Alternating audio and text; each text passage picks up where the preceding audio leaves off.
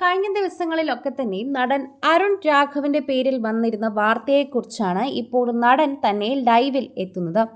പലരും എന്നോട് ചോദ്യങ്ങൾ ചോദിക്കുന്നു, തെളിവുകൾ ചോദിക്കുന്നു, സത്യം പറയാൻ പറയുന്നു. എങ്ങനെയാണ് എനിക്ക് സത്യം പറയാൻ സാധിക്കുക? കാരണം ഇത് കോടതിയുടെ അടിയിൽ വരുന്ന കേസാണ്. ഇതാണ് അരുൺ രാഘവ് പറയുന്നത്.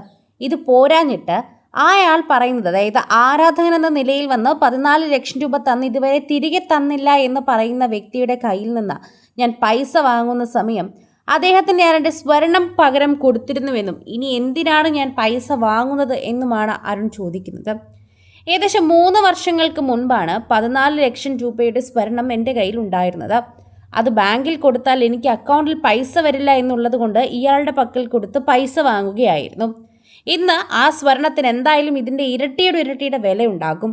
അത് കൈവശം വച്ചിട്ടാണ് അദ്ദേഹം ഇങ്ങനെ പെരുമാറുന്നത്.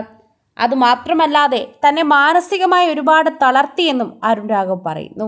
പൈസ തന്ന അന്നു മുതൽ അദ്ദേഹത്തിന് ഒരു ചെറിയ അഹങ്കാരമുണ്ട്, അല്ലെങ്കിൽ എല്ലാ കാര്യങ്ങളിലും കയറി ഇടപെടുന്നൊരു സ്വഭാവമുണ്ട്. പറയാതെ വീട്ടിലേക്ക് വരിക, ഇദ്ദേഹത്തിൻ്റെ പിറന്നാൾ, ഭാര്യയുടെ പിറന്നാൾ, മക്കളുടെ പിറന്നാൾ, സഹോദരിയുടെ പിറന്നാൾ, അളിയൻ്റെ പിറന്നാൾ, സഹോദരിയുടെ മക്കളുടെ പിറന്നാൾ എന്നിവയെല്ലാം ഓർത്തു വെച്ചുകൊണ്ട് അവർക്ക് സമ്മാനങ്ങൾ അറിയിക്കാനും സമ്മാനങ്ങൾ കൊടുക്കാനും വീട്ടിലേക്ക് ഇടിച്ചു കയറി വരിക. തൻ്റെ പിറന്നാളിന് തൻ്റെ കൂടൊപ്പം സ്പെൻഡ് ചെയ്യേണ്ട സമയമുണ്ടെന്ന് പറഞ്ഞ് മനസ്സിലാക്കി അയാളുടെ വീട്ടിലേക്ക് കൊണ്ടുപോയി അവിടെ വെച്ച് സെലിബ്രേഷൻ നടത്തുക. ഇത്തരത്തിൽ എല്ലാ കാര്യങ്ങളിലും കയറി ഇടപെടാൻ തുടങ്ങി. ഇങ്ങോട്ട് സംസാരിക്കണമെന്ന് കുറേയധികം മാസങ്ങൾ ഫോളോ ചെയ്തതിന് ശേഷമാണ് ഞാൻ ഇയാളോട് സംസാരിക്കുന്നത്. അല്ലെങ്കിൽ ഒരുപക്ഷെ ഞാൻ ഇയാളോട് സംസാരിക്കുക പോലും ചെയ്യില്ലായിരുന്നു. എപ്പോഴും എടുത്തു പറയുന്ന പോലെ ചില കാര്യങ്ങൾ എനിക്ക് പറയാനുണ്ട്. എന്നാൽ ചില തെളിവുകളൊക്കെ എനിക്ക് രേഖപ്പെടുത്താനുമുണ്ട്. എന്നാൽ അതൊന്നും പറയാൻ സാധിക്കാത്തത് ഇത് കോടതിയുടെ അടിയിൽ വരുന്ന കാര്യമായതുകൊണ്ടാണ്. കോടതിയിൽ കേസിരിക്കെ നമുക്ക് സംസാരിക്കാൻ സാധിക്കില്ല, അല്ലെങ്കിൽ അതിൻ്റെ തെളിവുകൾ നമുക്ക് പുറത്തു കൊടുക്കാൻ സാധിക്കില്ല.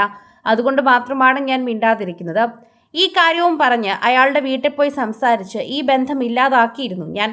ആ വീട്ടിൽ പോയി സംസാരിച്ച് 28 മിനിറ്റോളം ഞാൻ അവിടെ ഉണ്ടായിരുന്നു. ആ 28 മിനിറ്റിൻ്റെയും റെക്കോർഡിംഗ് എൻ്റെ കയ്യിലുണ്ട്. എൻ്റെ കയ്യിൽ ഭദ്രമായി തന്നെ ഉണ്ട്. ഞാനത് കോടതിയിൽ ഏൽപ്പിച്ചിട്ടുമുണ്ട്.